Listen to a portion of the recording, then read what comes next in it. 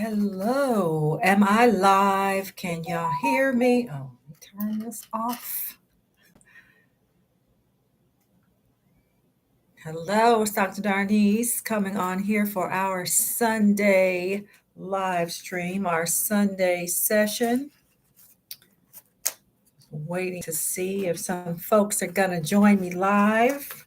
I've been sending out emails, so if you want to get an email heads up that I'm going live, then make sure you're on my newsletter list. And yeah, so if you sign up for the Black Studies reading list, then you are on my reading list. And I will put that in the description below, how you can sign up to be part of my newsletter list, so you can be reminded that on Sundays I am going live 6 o'clock Eastern time. Now, I say every Sunday, but there may be some time when I can't do it.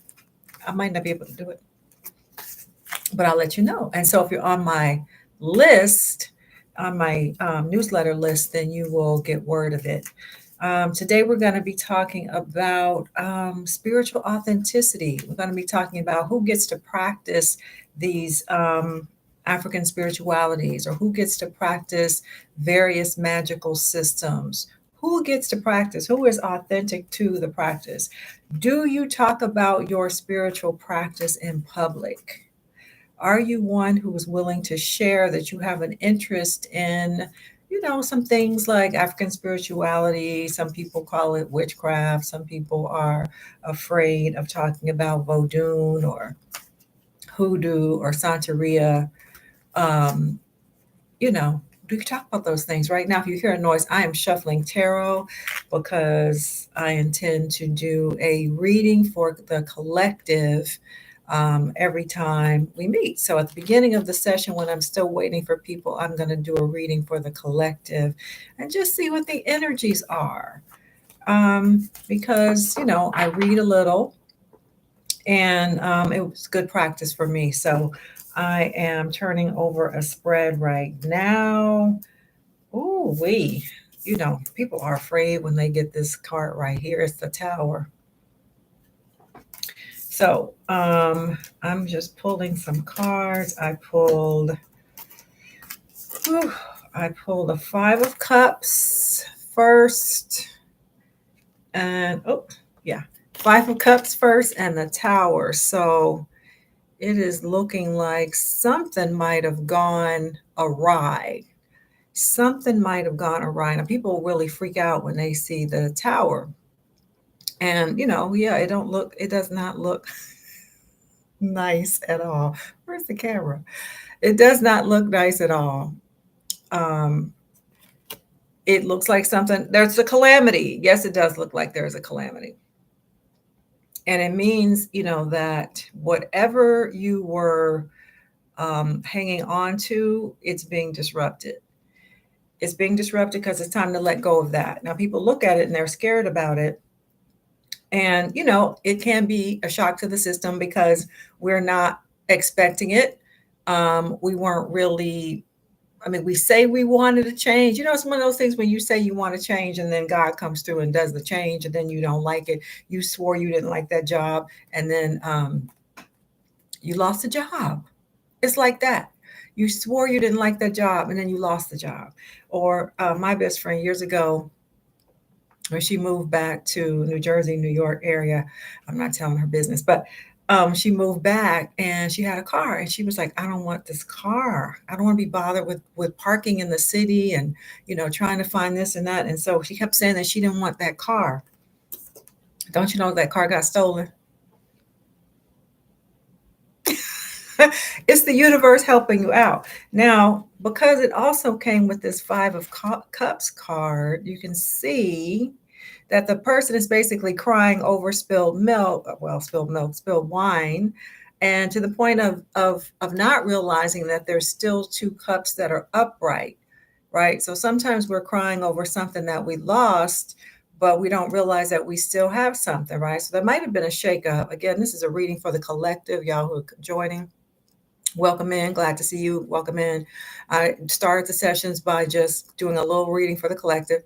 So some people may have lost something, might have been a shakeup, a surprise. But then I pulled also a sword, a page of swords. So something else, there's a new inspiration or a new idea that's coming on the heels of that shakeup. On the heels of the shakeup that nobody wants, there is a new idea. Swords represent ideas and thoughts, insight. So even though it looks like you might have lost a whole bunch of things, here comes an idea. And then this is the Six of Pentacles, which means there's balance happening, a reciprocity happening, a sharing, and there's some justice coming. So it's not all bad. The initial shakeup is just that it's an initial shakeup to get you over here to the place of where things are rebalanced, right? So whatever happened, whatever the loss was, it's rebalanced. It's rebalanced because there's an insight that comes in. So again, it's a reading for the collective. I just like to start with that to see, what are the energies? And so if something is happening in your life that's kind of surprising or shocking, don't freak out, right? Don't freak out, just cry. Understand, there's a new idea, new inspiration coming. Because if there's a shakeup, there's always going to be a new day. If there's a shakeup, there's always going to be a new day. Okay? And sometimes you needed help letting go. Right? Sometimes you need help letting go. Did you hold on to that relationship too long? Sometimes you do. You hang on too long to the relationship. What about a job? Because it feels like security. I know a little something about that. Hanging on to a job, even though you hate it. Those are just a couple things. But I want to come on and talk about a couple things. There's been a challenge, I guess, going around on YouTube called occult tea. So it's like people are talking about authenticity in the spiritual community. Authenticity in the spiritual community. And so people have been doing basically their own kind of commentary on it. So hashtag occult tea.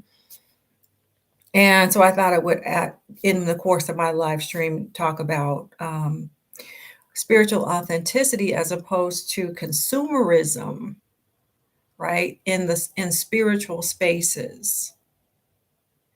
So, sometimes, a lot of times on the internet, right? On YouTube, Instagram, TikTok. I'm not on TikTok, but, people are very much into showing their work, whatever it is they do, whatever their spirituality is. If they work with candles, if they work with any kind of magic, if they work with any kind of spells and whatnot, people show their altars. They whatever they're doing, they show people on the internet. And I've always been one to say, I'm not going to show my work. I'm not going to show you any kind of close-up picture of my altar. As you may have noticed, I talk about magic here. I give you things to do. I tell you what to collect. I tell you what to do, but I'm not on here showing you exactly what I do because it is a personal practice. Spirituality is a personal practice.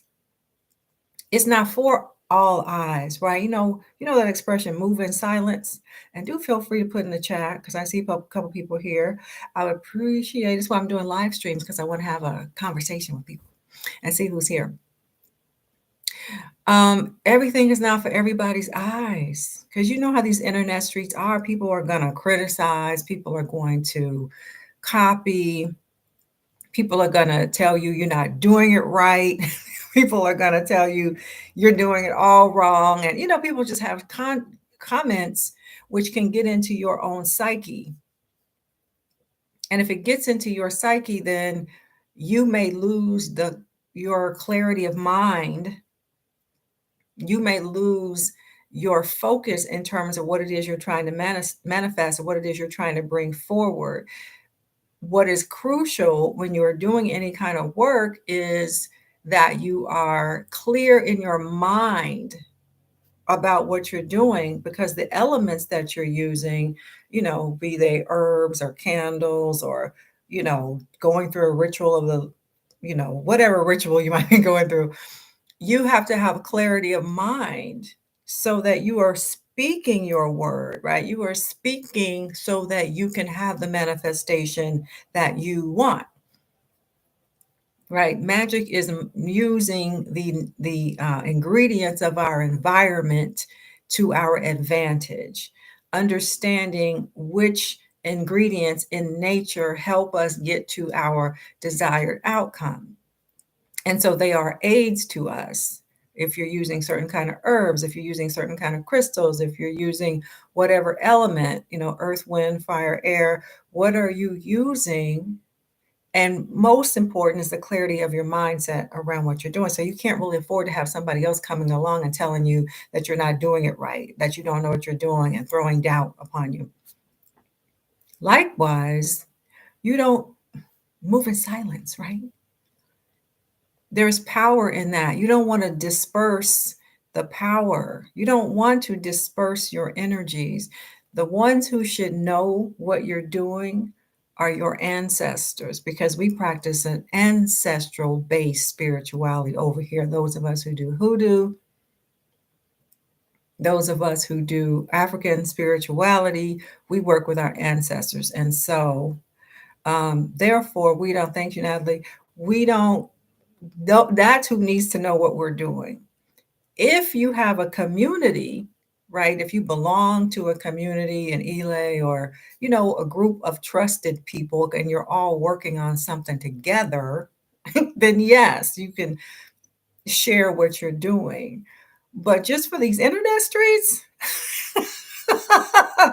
for clout, for I don't know, what do you call it? I don't even know what people want online. Status, clout, uh, to be trendy, to get likes and subscriptions. Yes, because all that can translate into money. Yes. But see, then that's not real. It's not real. So I have been, practicing.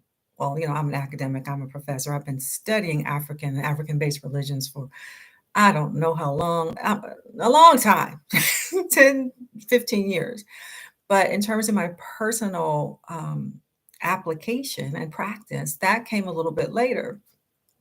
And it really came kind of as a surprise to me, because I was looking at things as an academic. But my ancestors snatched me up and they were like, well, we got something for you. And so I began to have a personal practice. So I guess, I'll ask you, do you have your own personal practice? And do you talk about it? Those of you who are here, do you share with people what you're doing? I mean, not even specifically, like, oh, I'm on this thing to get more money or whatever. But I mean, do you even talk about, like, Pearlie says no, like, I'm into these particular kind of spiritualities. I know, because Pearlie, it could be people have stuff to say. And it's like, I don't even need to invite that.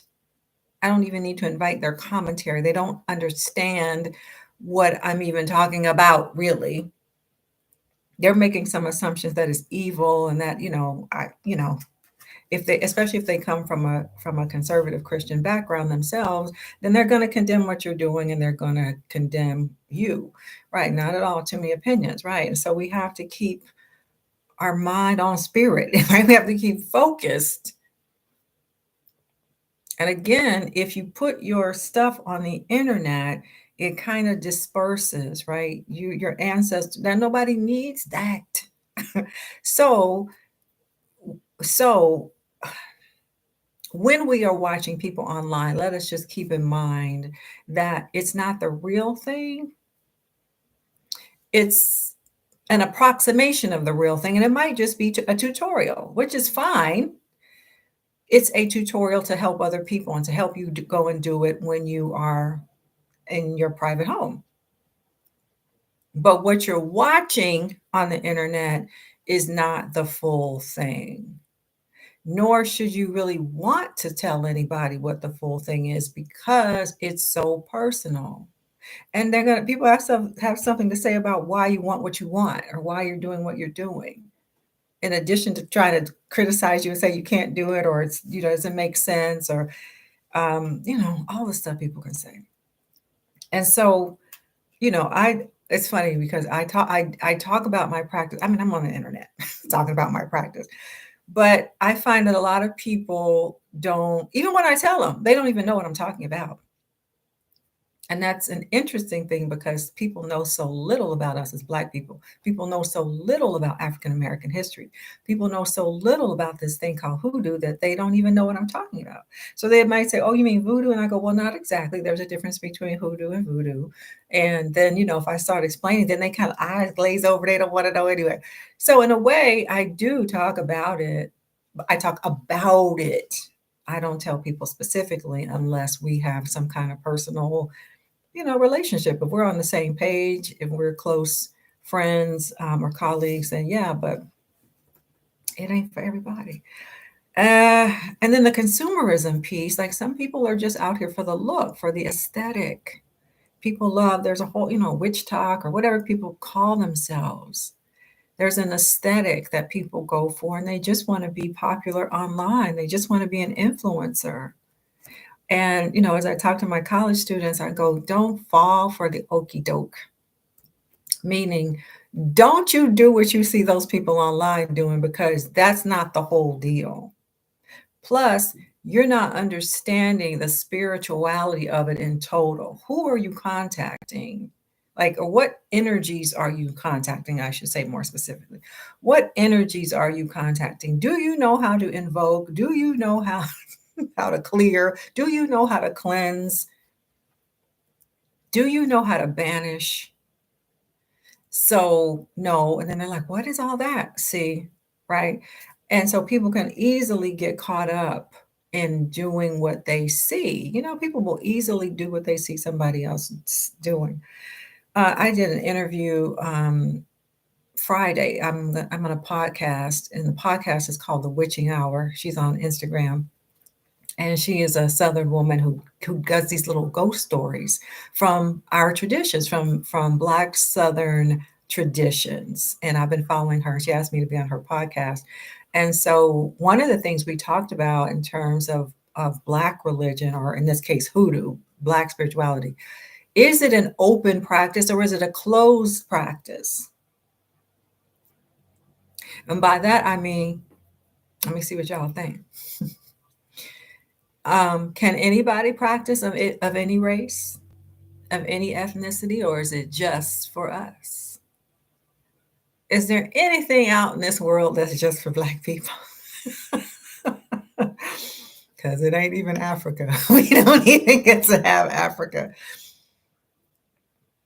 So my belief says close. Okay, now listen, you're right. We don't get to have nothing. And so that's what I said on her podcast too, was that this is a closed practice because in particular, we use this for resistance, for protection. We use this because we didn't have anything else, in the process of enslavement and immediately after. Then, this was something that we used to combat white supremacy and the ordeals that we were going through.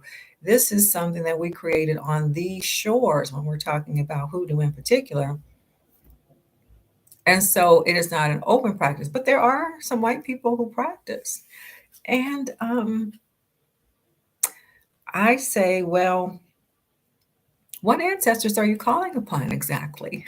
Because the other part of why I say it's a closed practice is because it's an African-based spirituality. It's African-based. That means we have connections to Africa. That means we're connecting with our African ancestry. And if you're not of African ancestry, then what ancestors are you referring to in this practice? Because if you are calling upon your own ancestors, then you are by default following your own line, which you should do. You should follow your own line. If you're not a Black person, then follow your own line. And then by default, that's not hoodoo, right? You're doing ceremonial magic, or you're doing something from the Celtic Irish tradition, or you're doing something from the Germanic people. You're doing something from the, Norwegian Nordic stream. More power to you. Do what you do because your ancestors are there. why you want to be over here. Now, one kind of caveat, family should be your instructor. Yes, Pearlie, family should be your instructors. Right. Okay, so one possible exception, let's see what y'all think, is in the Appalachian tradition. Appalachian people have a certain kind of folk traditions, folklore, witchcraft, whatever they want to call it. And sometimes Appalachian white people will use there are Black Appalachians too, they will use the term hoodoo. And when I have said, I was like, why are you, which are, mind you, like a lot of Appalachian people overlap with Black populations. North Carolina, Kentucky, Virginia, West Virginia, those poor white people living in the hills, right? A lot of them overlapped with Black and Native American populations. And so what I've learned is a lot of these Appalachians, they have what they call, like we may say, a conjure, a root worker or whatever, and they'll have a granny witch, which is an older woman in the community who has all the knowledge. She has all the secrets. She knows what herbs to do what with. She knows what to do. They call her Granny Witch. And so the more I talk, I said, well, that sounds like, it's like, yeah, because poor white people and Black people, you were in the same deal. And especially in the hill country, right? So we're not even talking about in the cities. So you really intermixed, right? And sometimes intermarried or made babies together. So then you have these biracial children from Appalachia and whatever African Americans, right, in the region. And now you have a certain merging of cultures.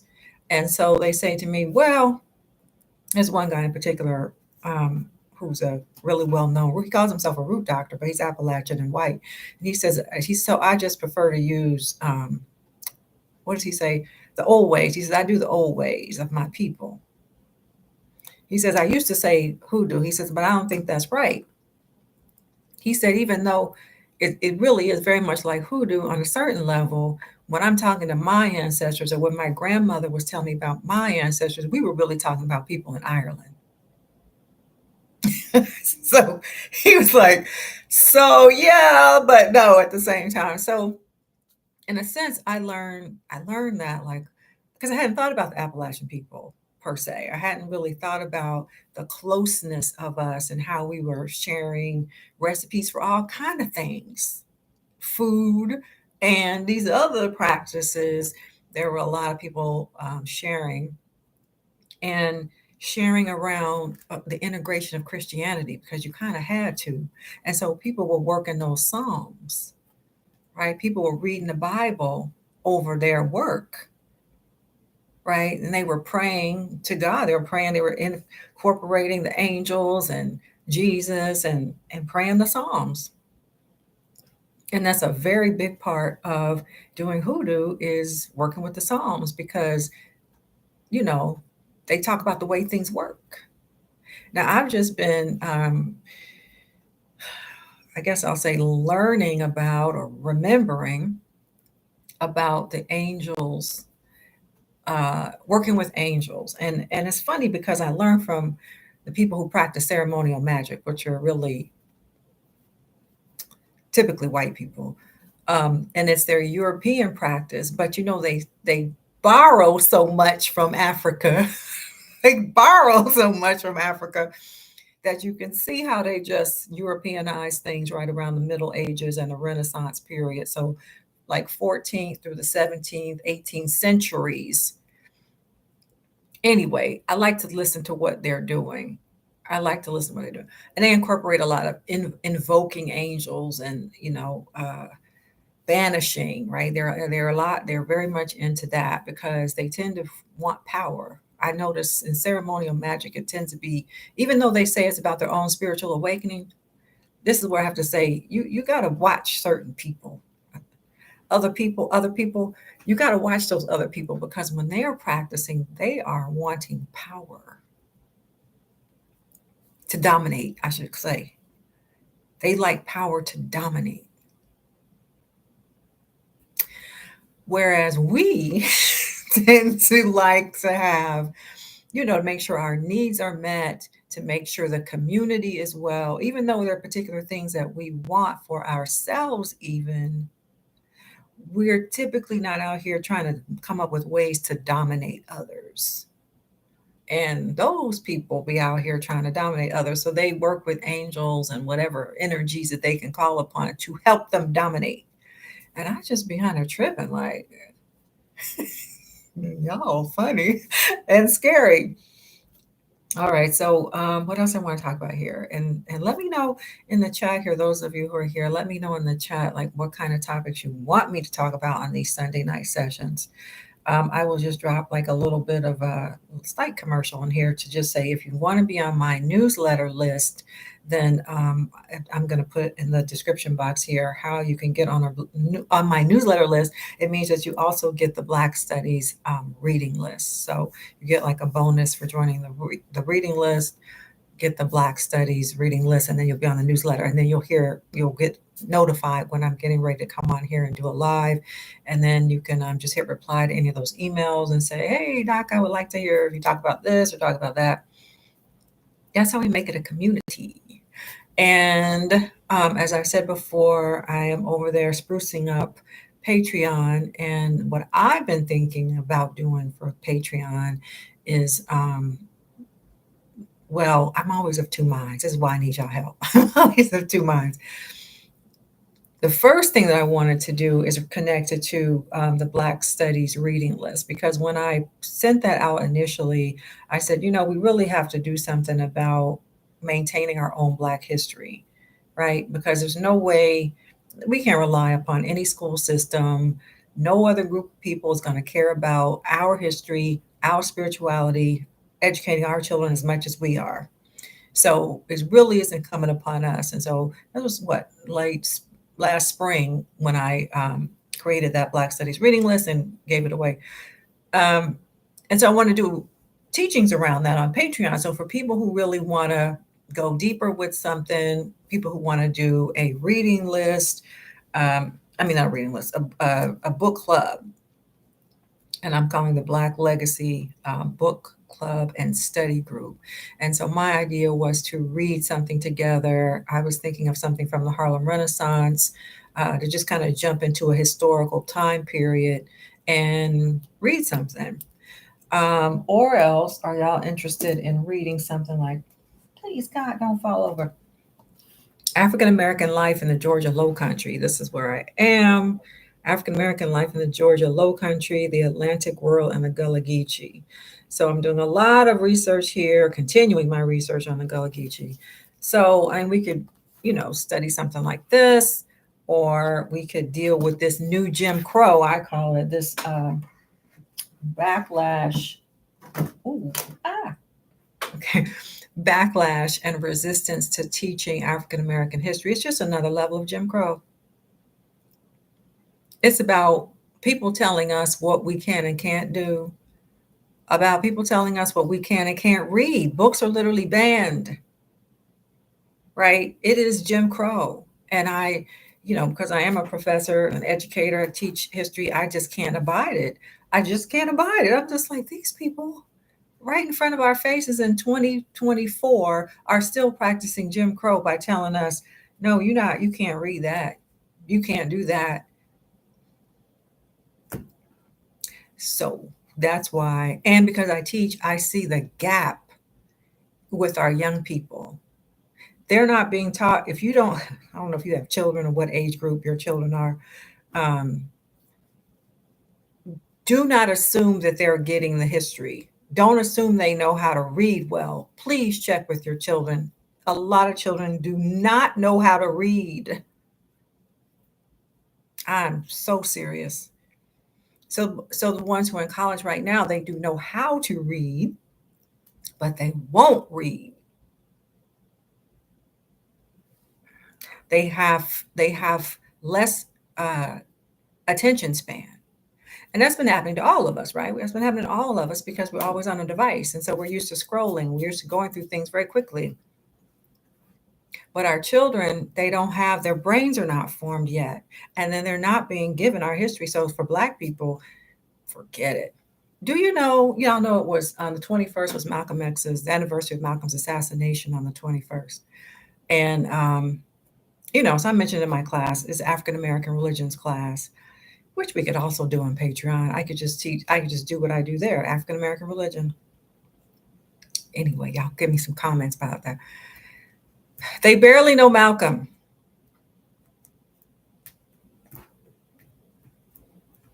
You heard what I said. They barely know Malcolm. They have not read the autobiography of Malcolm X. They have not seen the movie because it's way too old. Remember the movie that Spike Lee directed with Denzel? Certain things are classic to us, like that movie, like The Color Purple. There are certain things that are classic to us. They don't have it. So, of course, they have heard of Malcolm X, but they don't know anything about him other than because they've been taught that he was violent. He was the violent one.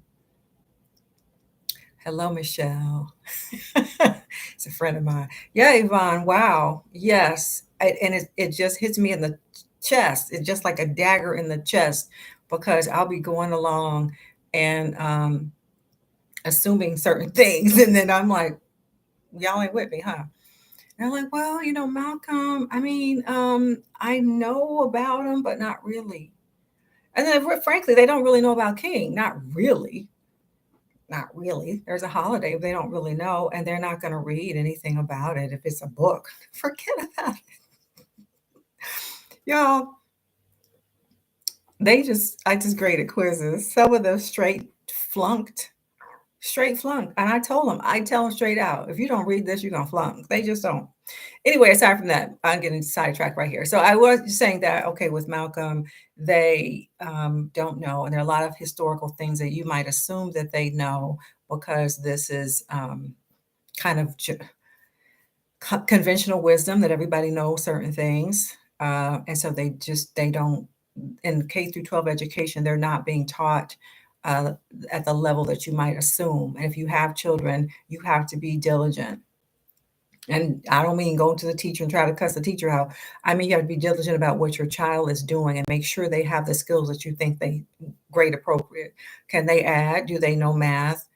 Because it's where it is. Gen Alpha coming up behind Gen Z, the children right now, the ones who are children. Gen Alpha, they're called the iPad generation, and they don't really know how to read. They definitely don't know how to write or read cursive. Mm-mm. So Pearly Jane says they have curated a lot of things. What do you mean curated? A lot of things. Who? The children? So of course I spent quite a bit of time talking about Malcolm last week. And while they think that they're not going to be interested in these historical little pockets, that they really are. And we were talking about it because we're talking about Black nationalist religion. So we're talking about the Nation of Islam. We're talking about the Moorish Science Temple as options, like we talk about on this channel, right? Spiritual options. Everybody is not a Christian, and every Christian is not a Christian in the same way. So there are different ways of doing religion, of doing spirituality. And so in my class, we're talking about the Nation of Islam and Moorish Science Temple as Black nationalist religions. What else did people do when they migrated up out of the South, moved to the North? What else did people do? Natalie says, I saw that companies are changing their logos from cursive to print. And that is because young people are not being taught cursive, so they do not know it. I saw also where teenagers, they couldn't tell time on a clock, what's it called, an analog clock. They don't know the hands on the, And maybe I just sound like an old fuddy duddy. It's like, well, we don't need it. We got digital. I can just ask Alexa what time it is. but there's definitely a skill set that's falling by the wayside. And so what I'm suggesting is in my Patreon group is for us to have a book club. And for those who are interested in diving deeper. So what do you want to dive deeper on? Do you want to do some really just Black history stuff like the Harlem Renaissance? I was going to jump into. I'm sure Michelle over there wants to do some James Baldwin or something. James Baldwin being our favorite. Or do we want to keep it really about spirituality? I could do what I do in my African American religions class. Again, that would be on Patreon because that's, it really is like a class. These are our Sunday sessions when I can get on here and talk to you and, talk about a number of things and interact with y'all. So what else do I want to talk about? Do you talk about your practice? Some of you said no, right? Okay. Of course. Spirituality. Okay. Yeah, we're going to have a vote. I guess I will write that. I'll take a poll and I'll also put it in my next newsletter and say, what do y'all want to? Or of course, we can do a number of things. Spirituality. Okay. Please explore Baldwin.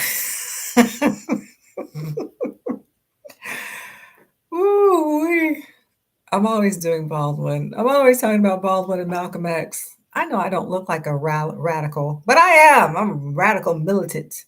I always tell my students, I'm the liberal professor your conservatives are worried about. Okay. Well, it looks like mostly spirituality. Michelle, you might be losing out. Mick, you might be losing out. There's always Baldwin. There's always a way to work Baldwin in because, we're having our own conversation here about James Baldwin. And if you haven't read Baldwin, do go and read The Fire next time. And certainly Baldwin talks about, this is a interesting assessment that W.B. Du Bois said about African Americans and religion, but really he was talking about African American Christianity, and Baldwin agreed, later that that African American Christianity is just emotionalism and that it's not about anything deeper. It is a way of keeping Black people controlled because otherwise Black people would be so enraged by our situation in America that we would be continually in the streets protesting and burning the thing down. And so W.B. Du Bois said, and then Baldwin later agreed with him, that African American Christianity is not the best thing for Black people, but in a way it functions as a way of giving Black people a release, giving Black people hope, and therefore preventing us from just like really going straight off in this country. So, and Du Bois would even say the way African Americans do Christianity, he said I made a video on the channel too a long time ago about it. He said it's straight voodooism, Du Bois said. And what he meant was, you can't even take the African out of the way Black people do Christianity. He's like, if you listen to the music and the ritual that the Black Christians, is voodooism. By that, he meant African. And he also meant it's so emotional that, more emotional than how white people practice. And he said, and it's because Black people, it's almost like Black people have to get it out. The rage, the internalized hatred sometimes, like the internalized version of that hatred. And Du Bois was advocating for for Black people not to be so religious. And he grew up in the church, right? He was very Christian early on in his lifetime, but he was like, we getting sidetracked. And James Baldwin, growing up, he was a young minister in a church. He was like one of those child prodigies. And as a teenager, he was doing sermons in the church as he grew up in Harlem. And he said, I see the function of this African American Christianity is an emotional release for Black people. And Baldwin said, he said, I can't tell my Black people to put Jesus away. I can't tell them that because I don't have anything else to give them. And they need something. And then he would say, because then there was Malcolm X, right, in the Nation of Islam. And he would say, Baldwin said that, you could look this up. He said, I feel sorry. Baldwin said, I feel sorry for Martin Luther King Jr. because he is a real Christian and all these white people are not. And so King expects everybody to act like a Christian and they don't act like a Christian. And so Baldwin was like, so I feel sorry for Martin Luther King Jr. because he expects these people to act like Christians and they don't. And he says, and the thing about Malcolm X, because Baldwin was being somewhat lured into the Nation of Islam by Elijah Muhammad. And Baldwin was like, no, I'm not going to join the Nation of Islam either. He says, but the power that of the draw of the Nation of Islam and Malcolm is that they address the anger. And Baldwin said, especially of young Black people of the time, right? The 50s and the 60s. Because you had King basically saying, pray over it and, Jesus will help us and all that. Malcolm X are like, like, no, we as Black people have to take matters in our own hands. And if you hit me, I hit you back. I don't come for you, but if you come for me, it's on, right? Like Malcolm was like, you don't expect me to stand down. Right. King was like, turn the other cheek as if I'm going to stand down. And Malcolm was like, we don't stand down. We don't run. We're trying to create our own here. We're trying to create our own. Leave us alone. We leave you alone. So Baldwin said the allure of Malcolm and the Nation of Islam was that they gave voice to the anger that Black people, especially Black men, had. Right. And so it's an interesting way, like even our historical figures who were not necessarily talking about religion all the time, like W.B. Du Bois or James Baldwin, you can't, when you talk about African American history and Black people, we're always going to be talking about spirituality because it's an integral part of who we are. And in this country, most Black people are Christian. We're probably, at this point, probably all over the world, most Black people who have a religion are Christian. And then there are those of us who do something extra. You either mix it in or what? Remember Mick? You know Michelle, how he knows me. He used to come over and see my candles and whatnot. See, some people could see your work. Although, Michelle, if he's still on here, he might have been a little scared. So who can come over? Who can see in your closet? Who can see what you got going on? They might be scared. All right. So it looks like, though, y'all want spirituality. And so I'm going to ask you more specifically. I mean, yeah, Michelle, you know a lot about a lot. I do. I've been teaching for a long time. Do you want the history in there too? Or I'm here. But did you hear what I said, Michelle, about you were scared? You should be. You should still be scared, Michelle Graham. No, he's a friend of mine. And yeah. Okay, well, I think I'm going to wrap it up here. We've been on here almost 45 minutes. And I know it's Sunday evening. Some of y'all got to get ready for work tomorrow. Get your mind right around work. I'm working on in terms, and that's what too I should. When we come to these sessions, maybe we can talk about in general. What are we, like? What is your? I almost want to say your New Year's resolution, but your intention. Do you have an intention that you're working with in your spiritual practice, in your mindset? What is your intention? You don't even have to share it here unless you want to, but I would ask you to really think about what is your intention for your life, for your year, for this first half of the year, maybe, because that's part of how we manifests. I mean, it's entirely how we manifest is being attentive and intentive, right? You have to pay attention, set an intention, and then pay attention to what it is you want. We can't let it go and forget. So even if it wasn't, you don't want to call it a New Year resolution, what is it that you want to manifest in this period of time, 6 months, a year? What you working with? What kind of candles you got going? What you working with? Again, you don't have to put exactly what it is here, but you could put a yes if like, yes, I know what it is, or I need to get more, pay more attention to it, because then you manifest by default. If you don't focus on a thing that you actually want, you will only manifest by default, just random and haphazard. And then wonder, well, I wonder why things didn't work out. Or I wonder why I didn't quite do this. I wonder why, because you didn't think about it. So if oh, good, I'm saying yeses. Yes, good. Right. With some focus, with some attention, and then it'll manifest. Poof. Oh, Michelle, you'll have to text me and tell me what it is. Good. I'm glad to see that. Yeah, Michelle, now you could just text me and tell me.